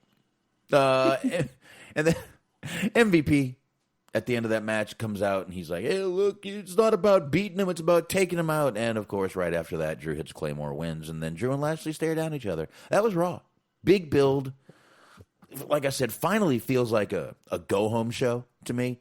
I don't need to mention the fucking Birds and Ali and all the fucking Birds. I don't even want to talk about the Birds at this point. They just ruined Riddle. Anyway. Yeah, kind of. Well, I mean, look, he's got birds. Look, pajaros. I mean, the only thing that I'm really, sort of just holding on hope for in terms of that with Riddle is that it seems inevitable with him going into the Hall of Fame this year that there's going to be some kind of WrestleMania segment with him and RVD. And, that'll be kind of a saving grace. But the bird things are fucking ridiculous. Yeah, and I hate that I didn't get to watch the Hall of Fame, but maybe we'll find time to get into it. If we don't, we don't. I'm not that worried about it. I watched some of it. I didn't. Oh, you did? Yeah, I watched a little bit of it. I just kind of picked and chose who based on the person, whether or not I wanted to watch their speech. But I will say it's interesting. They did a really good job with Kings. Because they put together a great video package and it worked perfectly. And they had everything timed out, so just the videos matched the music perfectly, and the pyro hits at the right time when the song builds and all this shit. So it's just very well done there. And he gave a pretty good speech, and he even hit the pyro at the end, so that was cool. But what was weird about that, not only his speech, but everybody else's speech, was it wasn't in front of crowds. Right. So they come out, they give their speech, and you know how it is. Everybody likes to have a little antidote here and there, a little funny story, a little joke here, joke there. They played piped in laughter. So they're giving the speech to a laugh track, and it just seemed very weird and uncomfortable. I will also say that they achieved something that only sports games usually end up making me do. They caused me to cuss at my television because I was just skimming through all of it because it's a 4-hour thing. Because they're doing 2020 and 2021. So I'm skimming through the NWO speech, and I hear Hogan go, "And my main man, Titus O'Neil." And I said, "Man, fuck you. You know that he is not you are not his friend, and he is not your friend. Get out of here with this bullshit." Yeah, it's gonna be a fun. Which made me laugh because opposite to that, Titus was giving a speech. He said no names, but he said it's important to be kind and respect people even if you don't like them. You did hear Titus? I won't read too much into that. I No. heard some of it, yeah. So you heard some of Titus's speech? Did he mention Shad, or did they not let him? Not that I had heard. I don't think he mentioned him. He sort of just kind of talked about how how he wasn't necessarily the best wrestler, but he was given an opportunity to achieve beyond the normal conventional wrestling realm, that he was able to do all this great stuff for the community and all these people and help kind of provide affordable housing and food and all these things for people who are in need, and just how, just all that kind of stuff. It was a good speech, and he's a classy dude. It was cool to hear it, but he didn't really mention Chad at all, I don't think. Well, and you know what? That's kind of what we said last week about him. Look, he's not the greatest wrestler, but he is an incredible ambassador for this company. So, you know what? I get what they're doing here. Now, as far as the Warrior Award, though, Smark, we'll go ahead and tie this into it. Sure. They did give another Warrior Award for this year, too. this year. Yes, they did. Now, as far as what Warrior wanted with this award, this is as close as we're probably going to ever get. Mm-hmm. Rich Herring was named the recipient of this year's Warrior Award. I know it was Titus for last year. I believe they did the 2020. So now this guy, Richard Herring, has been with the company for a very, very, I think over 30 years or about 30 years. And he also had a very good relationship with Ultimate Warrior, which he continues to have with Dana Warrior and their 2 daughters. So this award means a lot to him. I mean, they've got stuff this is in the Stamford Advocate. I'm reading some of the stuff off of here. This is a big award for this guy. He really has been around a very long time, had a lot to do with a lot of the stuff going on backstage. He's the, I forget what they call him. He's one of the vice presidents of the company. One of. I heard risk management was one of the things that he did. There you go. And stuff like that. So pretty cool to see them again, but I mean, this is what Warrior wanted: a guy backstage, a guy that no one knew, a guy that no one heard about. This is what he wanted. So this is about as close as I think we're ever gonna fucking get. So, which I feel kind of bad for him a little bit because, like, I don't know. It seemed like everybody sort of made their peace with Titus winning it. Like they could kind of justify by Titus winning, you know what I mean? Right. Like that. When they realized that there was going to be 2 awards given out that year, and neither one would go in the chat. Like I feel like that's when like everybody kind of, well, not everybody, but staying for people just kind of lost their shit. And I was reading some of the comments, and I just kind of felt bad for the guy because it's not his fault, No. But he's put into that Rey Mysterio at the Royal Rumble role of being the person that people didn't want. Wow, that's a hard place to be. But and speaking of Titus, I know JTG put out a little thing on Twitter that hey, who was that interrupted what's her name's speech? Do you know who they were making fun of there? You're talking about Kanye West? I think that's what they were making fun of. JTG put out some thing when he interrupted who? He interrupted Taylor Swift to say that Beyonce had like the greatest music video ever or something. Yeah, and JTG changed the names to go, I respect what you do, blah, blah, blah, but, Shad should have been. He also took it down and wrote an apology. He meant it to be funny, and people took it way out of fucking tone. Imagine that. The internet lost their mind over something. Imagine that. Yes. How could it be? But they did. But anyway. Funny enough, he's actually going to be wrestling tomorrow. Really? Yeah, he's they're doing the whole Mania. They did get to do it last year. They're doing the whole sort of Mania weekend / Mania week thing. Mm-hmm. GCW is doing a show for the culture. It's going to be on 11:59 tomorrow, so like Friday morning, essentially, I guess. He's going to be wrestling AJ Gray, so that's going to be kind of cool to see him out there doing his thing. Cool. All right. There we go. Let's see, Smark. Actually, I think you got more. You got a little more than I got tonight. Do I now? Go ahead. Pick one. Have fun. We'll pick one. I'm going to go ahead and just dig this up. Another one that was kind of interesting is Rich Swann is going to be wrestling Too Cold Scorpio. So that's kind of an interesting blend of new school. Too Cold Scorpio is here Friday night or Saturday night at a show here in Dallas. Yeah, he's going to be right here in Dallas on. I think it's Friday. Actually, I think it's Friday night. So, all right, go ahead and pick one of those, and I'll follow along, sir. It's from Wrestling Inc. I think you got a couple of things that could potentially piggyback off of this. This is Tony Khan on why he approved Chris Jericho for WWE Network interview. It says AEW President and CEO Tony Khan was on Busted Open, Dave LaGreca, and Tommy Dreamer. The topic of Chris Jericho as the next guest of Stone Cold Steve Austin's Broken Skull sessions came up. during the conversation kind of explained why he approved of Jericho's appearance on Peacock. Quote, basically what happened was I had never even considered this was going to be a possibility, kind of admitted. When I heard from Chris Harrington that this was something they wanted to do, I had to think about it for a minute. He and Steve had apparently talked, and Steve asked Chris if he had interest in the program, or I guess they had a conversation and it came up. But when Chris brought it up to me at first, I was taken aback because Chris doing something on Peacock on WWE's channel is obviously going to give me pause.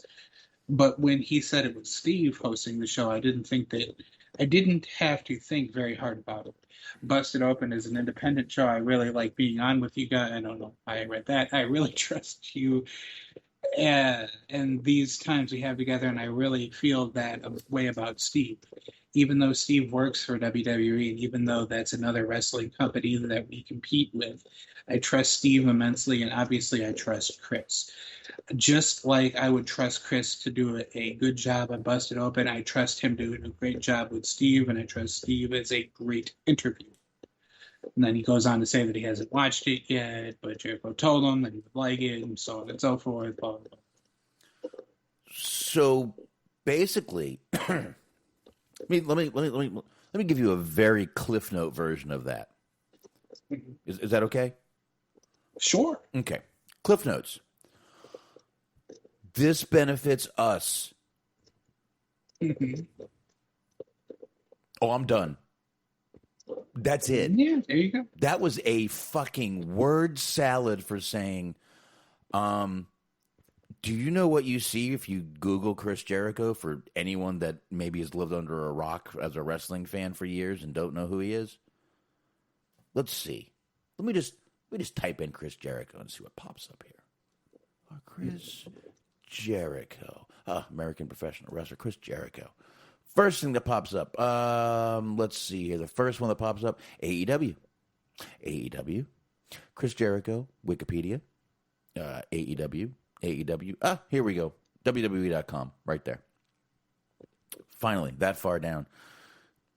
This definitely benefits AEW in a big way, having Chris Jericho on this show. Does it benefit WWE? Of course. It benefits both companies. But again, now that they're not quote-unquote competing, who cares? Who really cares? But we've got a couple of videos that we can tie into this, Mark, like you were saying. Yeah. Jericho and Steve Austin did a little mini kind of after interview thing, kind of an extra. And Steve Austin just kind of rapid fires a few questions to him here. And let's go ahead and knock that out. I believe that's where I'm at right now. Let me go ahead and do this, and here we go. Hey, I'm Stone Cold Steve Austin with my next guest on the Broken Skull Sessions, the one and only Chris Jericho. I can't believe it. Chris, we're going to make a list of Jericho where I will give you a category and you will give me your top one or two answers. Okay. Top talkers. Well, obviously, you and The Rock, I'd have to say. Favorite opponents. Shawn Michaels and Kevin Owens. Tag teams. Big Show and Sammy Guevara. Your favorite WrestleMania moment or moments? Shawn Michaels, WrestleMania 19, where we stole the show. Love that one. Technical wrestlers. Eddie Guerrero, Dean Malenko, top of the top. High flyers. Rey Mysterio, by far. Future WWE Hall of Famers. Kevin Owens, Roman Reigns, Seth Rollins, etc., etc. And I will throw you in the mix. This is Chris Jericho. My next. All right. Now, obviously, out of all those little quick questions there, Smark, obviously the big one people are talking about is when tag teams are mentioned. He said Sammy Guevara and the Big Show. That's right. Sammy Guevara. Interesting that he mentioned that. And there's also rumors that he answered Benoit for a few answers. The one being technical wrestlers. He mentioned all the radicals. I don't know if that's true or not. Rumor is he said it, and that's where that little hard cut came in. I like the idea of him, like, them doing him Family Feud style.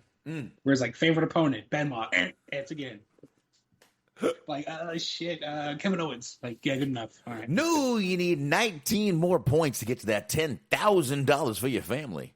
I really loved that show when I was a kid, man. I did. It's a lot of fun to play. They have like a little mobile version. That's fun. Yeah, I've seen it. They have the show's still going. Mm-hmm. But at this point, it's just come up with the dirtiest answer so you can end up on social media. Yeah. That's really what it's turned into. Look, I like Steve Harvey, but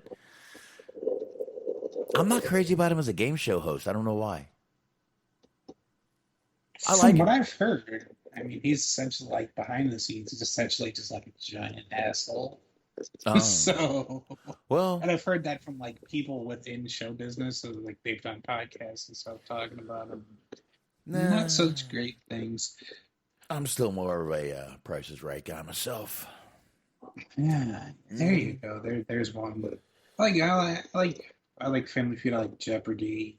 Oh yeah. And never been big into Wheel of Fortune. It's never really been much. Yeah, there's a big to do right now over who's going to be the next Jeopardy host after Trebek passed away. LeVar Barton, or that's his name, right? LeVar Burton, yeah. Burton, I'm sorry, is a big player. I know who he is. I believe he was Data. Reading Rainbow. Reading Rainbow, yeah. So I actually would like to see him doing it. So there we go. But yeah. All right. And we got one more to tie on to that, Smark. CM Punk kind of was on TMZ and gave his thoughts on this whole thing happening with Jericho and Steve Austin. And, we all know they're competing companies and something's happening here. So CM Punk got kind of ambushed by TMZ here. And here we go. I think it's interesting for sure. Obviously, I understand the buzz. Maybe I'll give it a shot and I'll watch it, but it feels like it's going to be softball questions. I don't know if they're going to ask Jericho all the tough questions, and nor do I think they possibly should. It's an interesting situation, so it'll probably just be like a feel-good interview. They'll talk about Jericho's past in WWE. I'm sure they'll mention AEW, but they won't get into the hard questions that I think a lot of people will be interested in, Are you surprised though that they're that Tony Khan and Vince McMahon would even allow this? Honestly, my knee-jerk opinion on it is I think that shows that Vince McMahon isn't afraid of AEW at all. Because if he was, he wouldn't allow that to happen. Anytime anybody's talking about you, it's good. There will be people who don't know AEW exists who will watch it and say, "Oh wow, cool! I didn't know that. I just." Pause it there real quick. Smart, do you think he's right? Do you think this shows that Vince McMahon doesn't fear AEW, or do you think that it's because it's Jericho and it's Jericho? Plain and simple, it's Chris Jericho, someone he knows, someone he's been around a lot, someone he probably loves in a way. Do you think this shows that Vince isn't scared, or that I don't know? I mean, I personal opinion. Go ahead though, first, please. I mean, I think more so that it just has to do with his appreciation for Stone. Maybe more so than Jericho. It's just something that us wanted to do. It's something that he thought would make him happy. So it's like, all right, we need to appease the big name stars that we have left so that we can keep using them. I don't necessarily disagree with that. I could see him potentially just going ahead and accepting and trying to make it look like it's no big deal, because that looks better than if he were to say, completely refuse to acknowledge them. Because I feel like if you do that, then maybe it lends some credence to them being legitimate competitors. Yeah, I mean, okay. I see where you're going there. All right. But, I mean, I'm not sure. Just as an example, they use, they have no problem talking about how people used to be an Impact. or Right. using like impact photos or footage or whatever. Like again, that people, that obviously they're not competitors to them, So I feel Right. like maybe if you are more comfortable talking about AEW or just having like AEW being kind of in your peripheral, it makes it look like you're a little bit less concerned with them. And I feel like right now he probably isn't concerned with them. They're making fucking money hand over fist. They're getting these billion-dollar TV deals and these, the Peacock deal and all this. They're making money on top of money on top of money on top of money. Right. So maybe he's not afraid. I don't think he's afraid. I mean, obviously WWE has been the number one for a very long time. They're going to continue to be it, whether people want to admit it or not. But I don't think Vince was ever scared of AEW. Maybe they were, beating him on NXT, but I don't think that's a big thing for Vince. I think Vince is more worried about Raw and SmackDown than anything. So he probably doesn't see him as competition at this point, especially since they're moving to Tuesdays, which you probably still have to remind Vince of every now and then. But anyway, let's go ahead and knock the rest of this video out. See if we have to pause again. Let's do this. Jericho was retired. But there is also something to be said about keeping your guys special. And the only place you can see this superstar is on my television show. But, it's a new age. And I think both companies need all the eyeballs they can get at the moment. So, kudos to everybody involved. More likely we see you in an MMA cage again or a professional wrestling ring again? Oh, God. I'm busy doing a lot of TV and movies right now. And there's a lot more gray in this beard than there was even a year ago. So I never say never. He's right about the gray. I'm 42.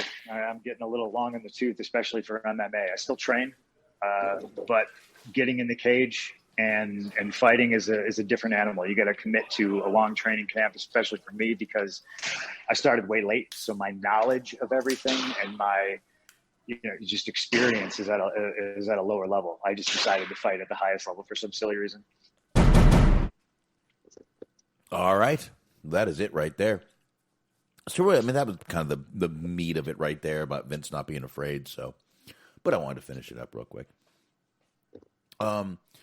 And wow, so I think Punk was saying you're not going to see me really anywhere except right here on this TMZ interview on my phone with in the gym with my tank top on.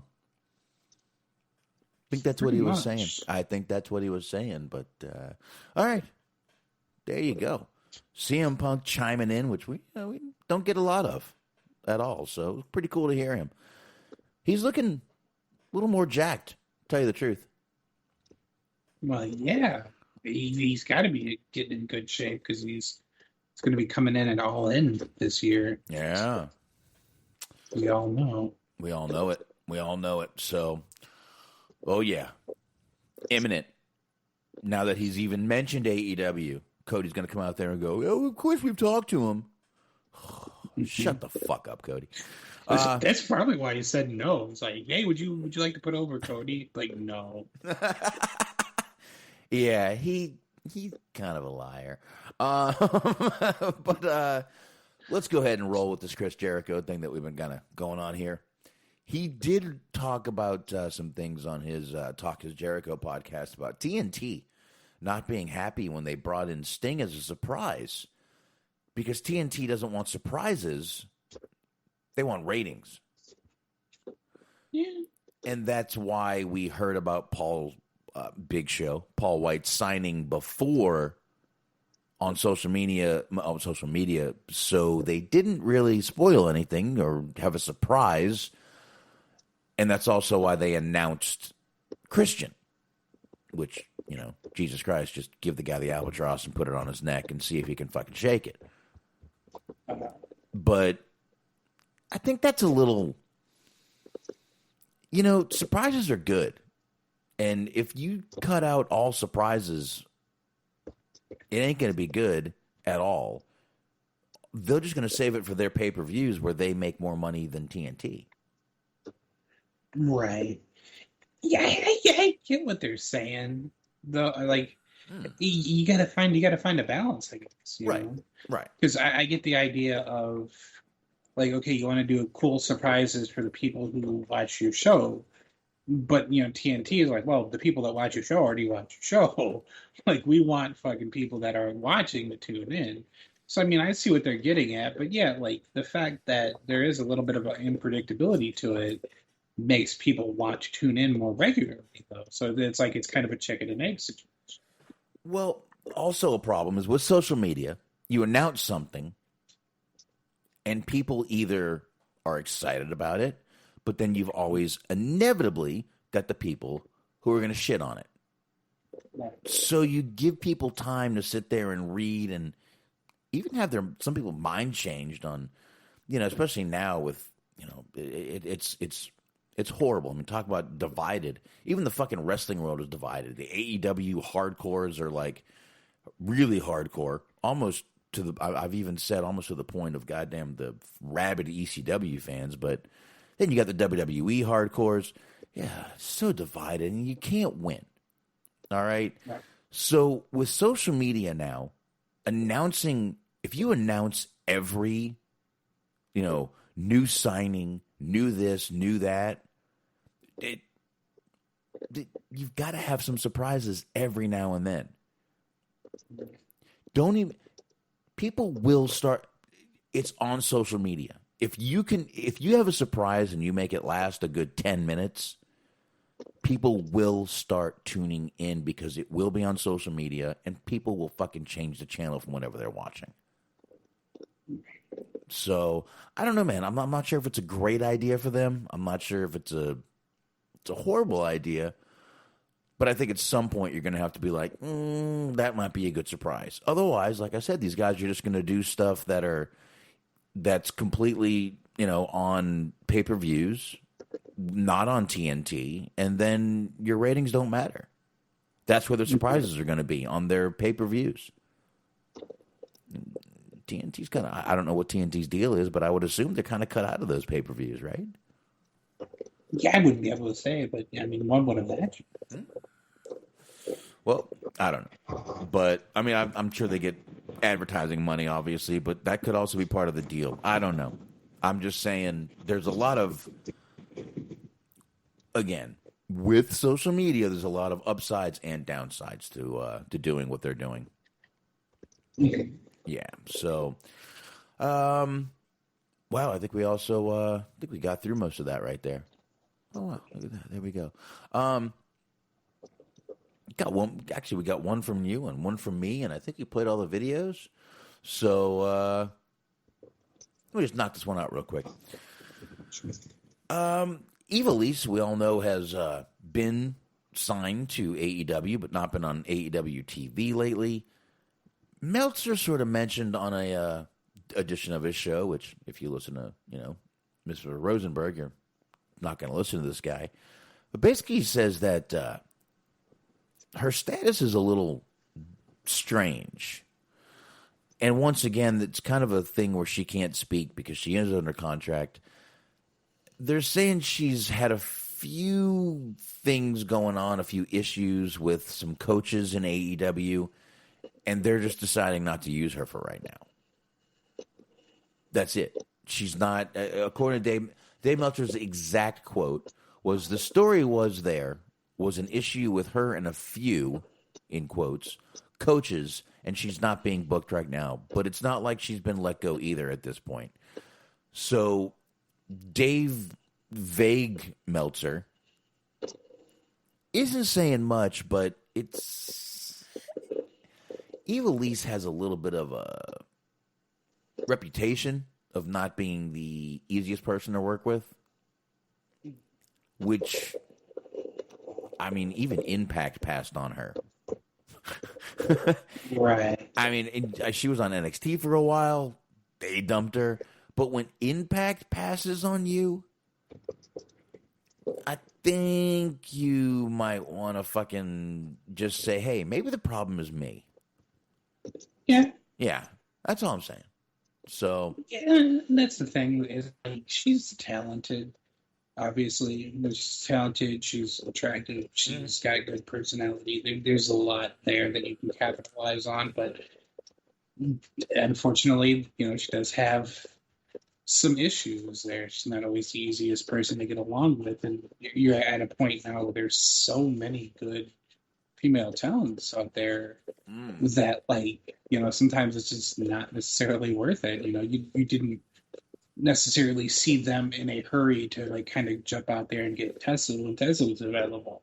Or I guess Tessa kind of still is available, right? From what I understand, and they haven't really moved heaven and earth to make that happen, and reasons why. That being said, interestingly enough, because you mentioned Dave Meltzer, is now the time to mention that Ivelisse is Puerto Rican? Oh, all right, let's not go there. But you did make a good point saying that there's so many good women talent out there right now. I mean, let's face it, she's in a company right now with Thunder Rosa and Britt Baker, who just had an incredible fucking match.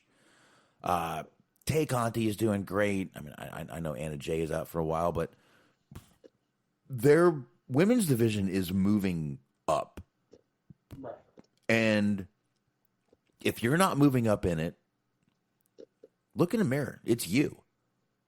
It's not them. It's you. Because they made an effort to kind of push her too, because her and Diamante won the female tag team tag team tournament. That's what I was going for, and that's what I ended up on. I didn't mess up there. Yay me! No, you're good. You're good. But then she's wrestling Diamante, and she's in the ring laughing or making little gestures as Diamante's trying to sell for her, and Ivelisse isn't even making a fucking reasonable sell for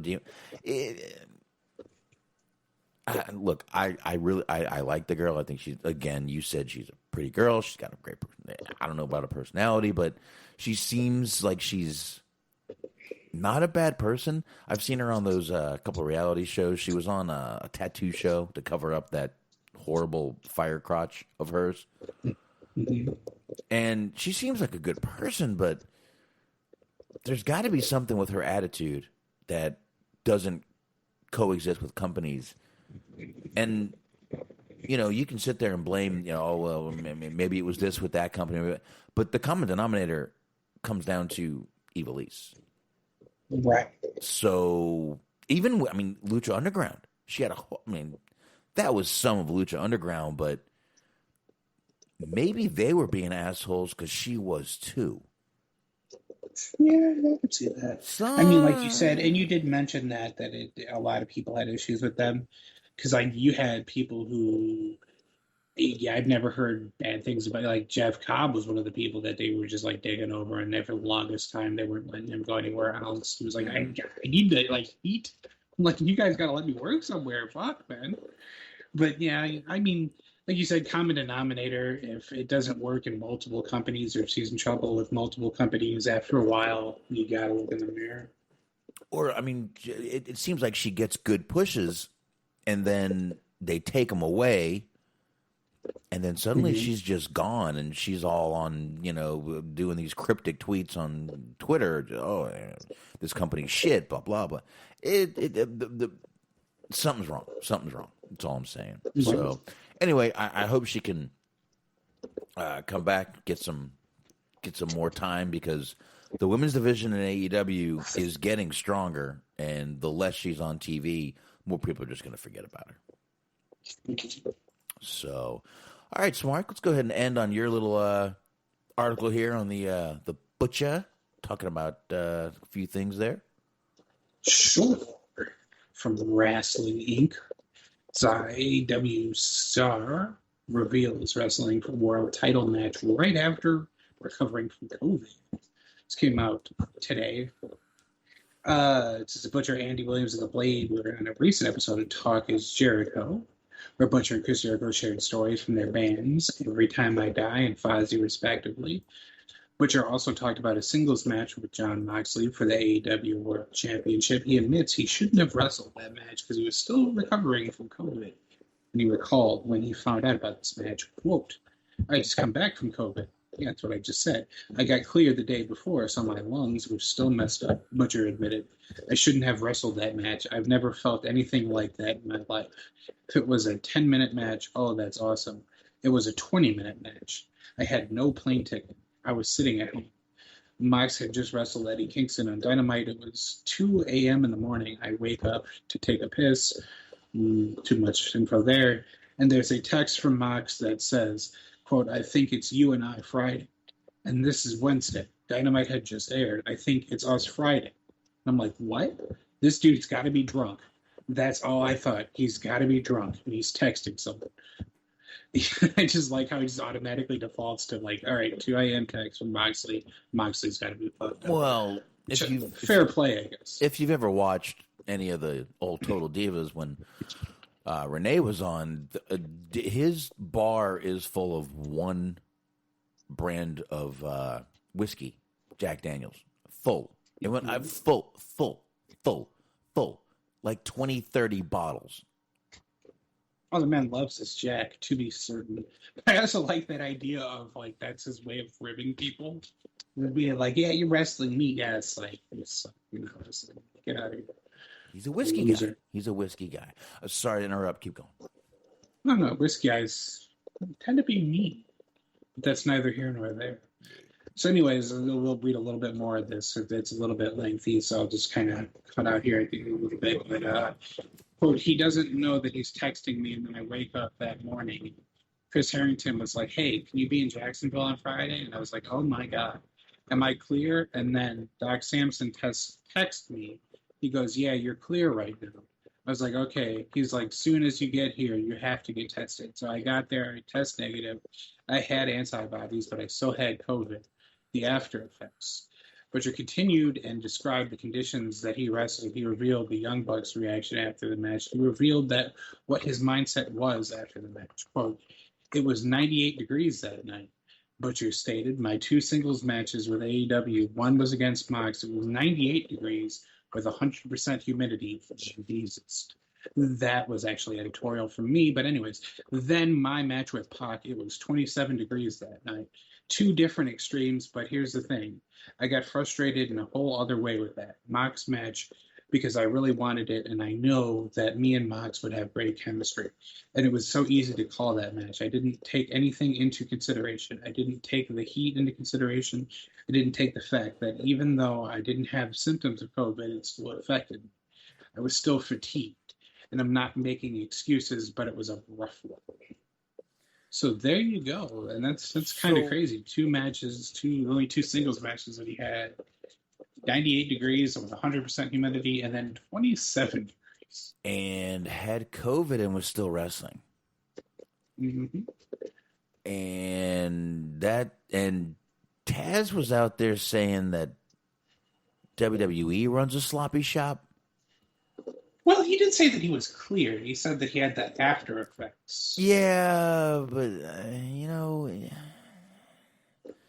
it's COVID. I mean, I get it. It's COVID. Yeah, maybe could have been a little safer. Yeah. A little. But, you know, yeah, good to see. And I mean, I get what he's saying. He really wanted to have the match, and he wasn't 100%.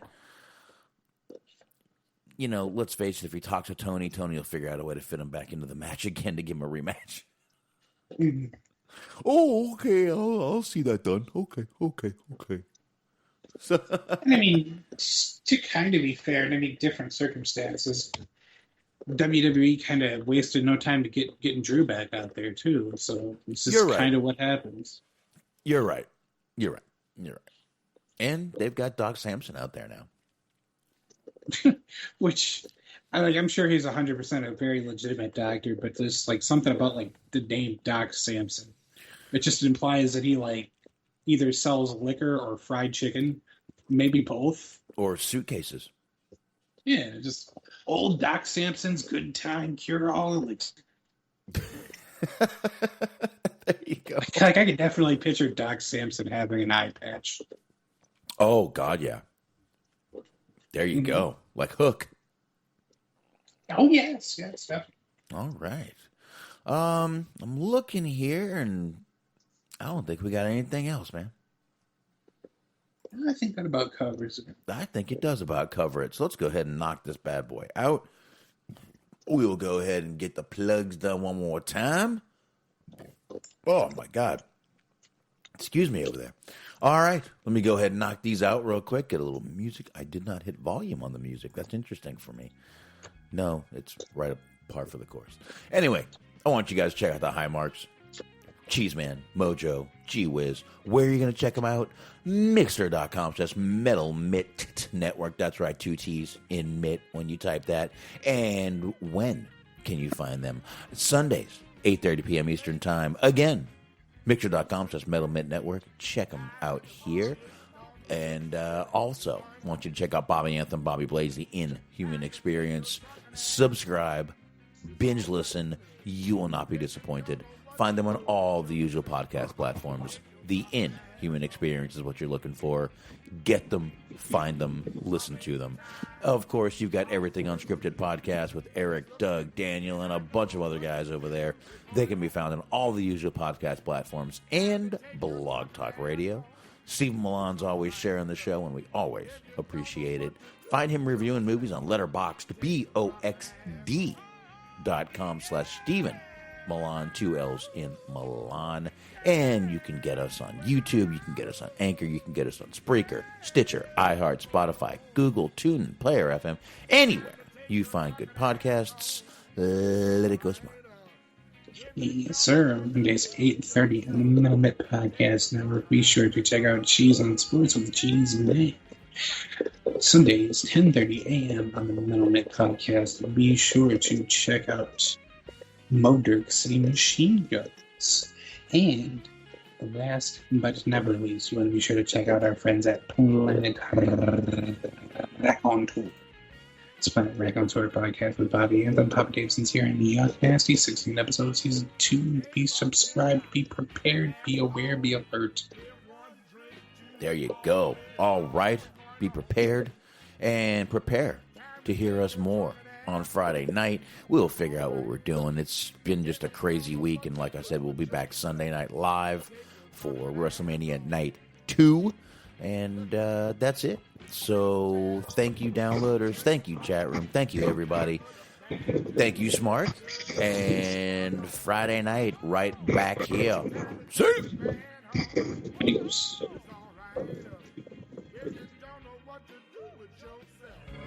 Take your drunken ass home. Oh, yeah.